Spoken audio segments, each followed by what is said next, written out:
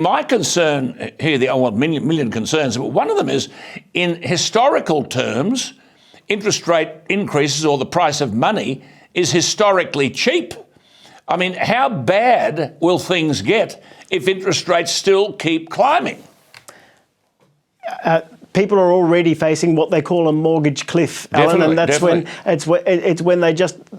they're forced to a position where they can no longer afford to pay back the repayments on their home, and they're forced to sell their home at a lower price than the price they bought it at. Yep. So having paid and struggled for the last 2 or 3 years to keep up with the mortgage repayments and watching those repayments going up and up and up, and suddenly they have to sell their home after all that stress and pain, and they get less money than they originally bought the house for. Then they've got to borrow money to pay that back as well. It's impossible. Look, I mean, come back to that point I made. Why should the help, or it's called, or the HEX or the help loan, why should that be indexed to inflation?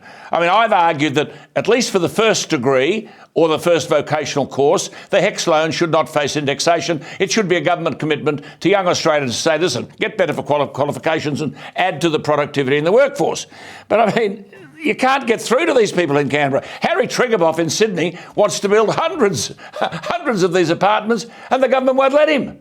There's a housing crisis. Triguboff, the most famous name in Australia perhaps, wants to actually build something that will relieve the problem, and government won't let him.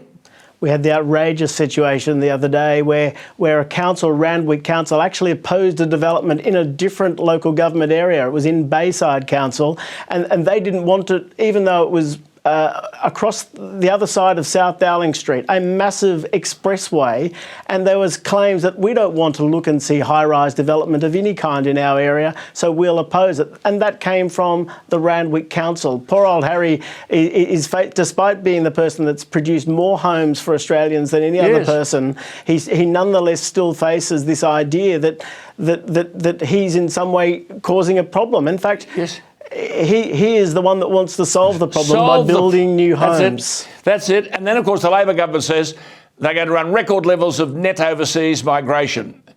Where will Australians live, Tom?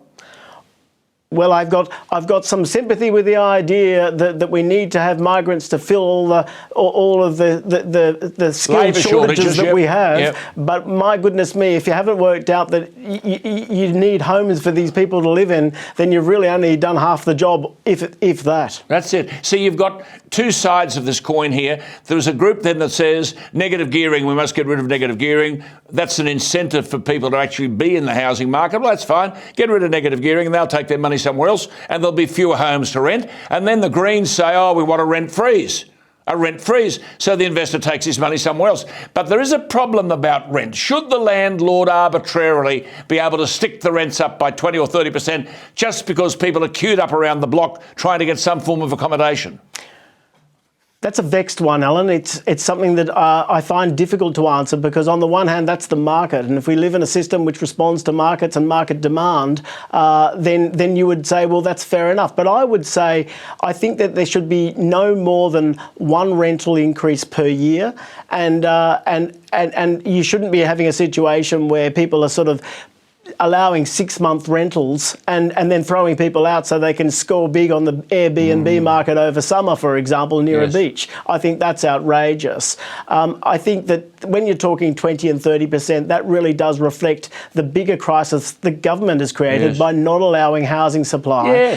And I would actually also say that sometimes those 20% increases come after a long period of no increase. But where you've got an ongoing tendency, I think something does have to be looked at to stop those really massive jumps that cause so much pain. But see, you made the point about supply. To take a simple example, if there are stacks and stacks of bananas on the shelves, the bananas are cheap.